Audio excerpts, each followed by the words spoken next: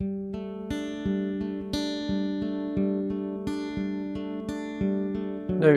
this is the fly I'm going to be tying. Basically, it's a skating caddis, slight variant of the original, obviously. And this is the cinnamon caddis version. It's a fly I tied for a friend who all he does is fishes small fisheries, and this was one of his best caddis patterns. Easily for he would pull with it as much as just use it as a standard dry fly. Now, hook I'm using to tie the fly is a size 14. It's an ultimate dry fly hook by Full and Wilt. This one here, this is the one I'm using. It's a nice wee hook. It's got a lovely bend on it and point. And the first thing I'm going to do is just run the thread through the wax, start at the eye. Just going to wind down until I'm in line with the point of the hook and remove the base piece. Then I'm going to come round the shank and back up a bit just to form a small fire orange tag at the back. Then we tie in a cinnamon dyed, this is a light cinnamon dyed CDC feather. Now you can see there's a full feather. We tie it in by the tip, but what I'm going to do is draw back the fibres from the tip. There's the tip there, and these ones run down either side of the stem. I'm going to reduce the length of these just by pinching the tips away to suit this. Basically, this is to suit the size of the fly, and then it's quite easy just to draw back some of the fibres at the tip of the CDC feather, catch it in, trim away the waste. The body length is about 2/3 of the shank, so leave enough room for the head. Just a small muddler head really, but it's in the skating caddis style. Take the thread up and coming back down. Now for the body I'm using some dyed, basically rabbit, just a fiery brown. Don't need much. Get a nice shape in the body. Caddis shape is like a nice tapered shape. Just draw back these fibres, as I say, just form a nice shape. We can tighten up when we want, just working the way up.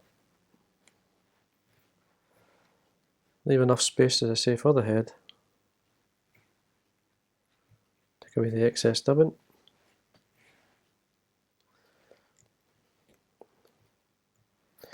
Now I'm going to get my hackle pliers and wind the CDC feather up. Now the stem with the CDC feather is really strong, so it makes for a good rib. So you're just working your way up, making sure there's enough hackle, and at the same time ribbing the body of the fly. That's fine. Just come across your thread, make sure you get 4 or 5 turns in there. Trim away the waste.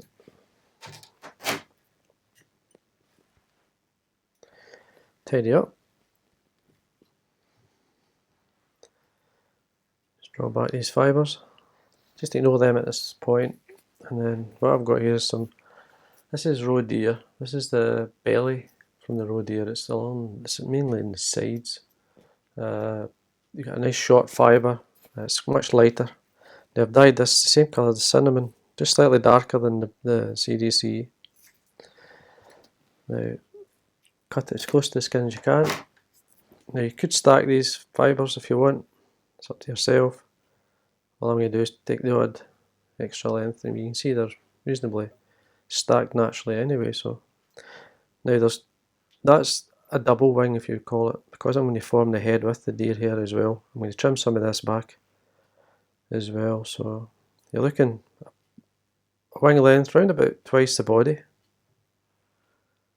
Hold it there, keep the wing on top, come round with 2 loose turns, tighten up, and then just wind your thread towards the eye.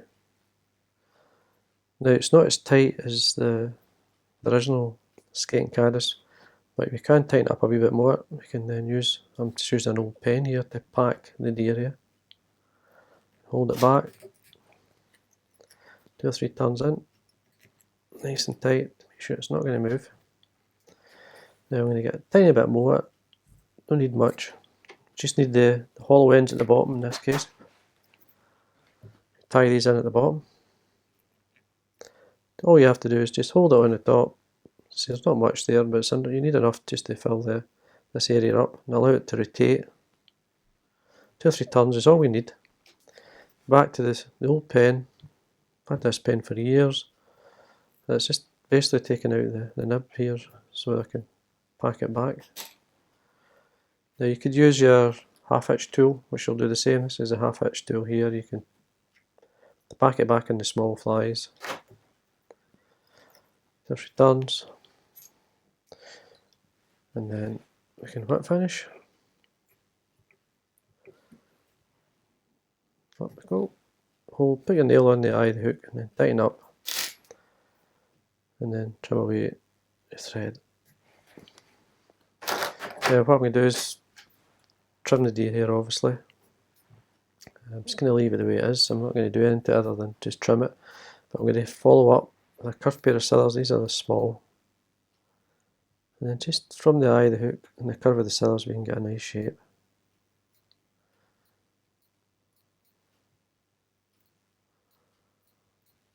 Just work your way around. Times the first cut's the best cut. Work your way around. If you can rotate your vise obviously it's much easier.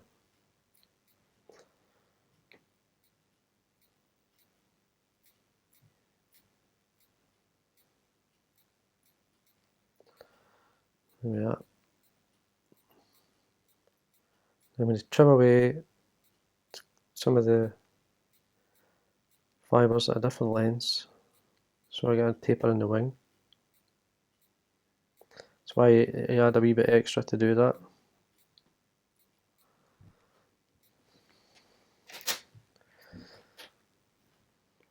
Now what I'm going to do is get a straight pair of scissors, come underneath and trim away the CDC so you can see the body, just the stuff that's underneath.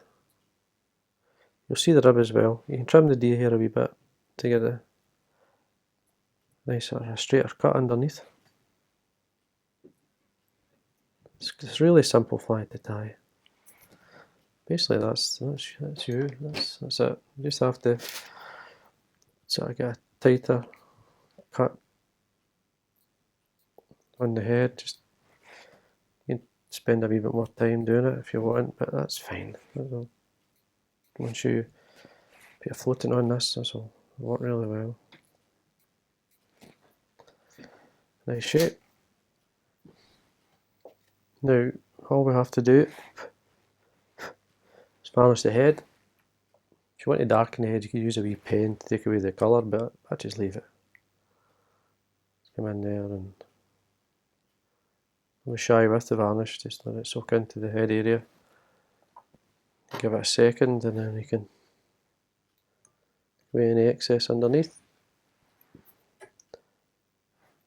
Tiny bit of varnish in the eye, so take it out with the needle. And there you go. That's your basically your skating caddis, cinnamon caddis.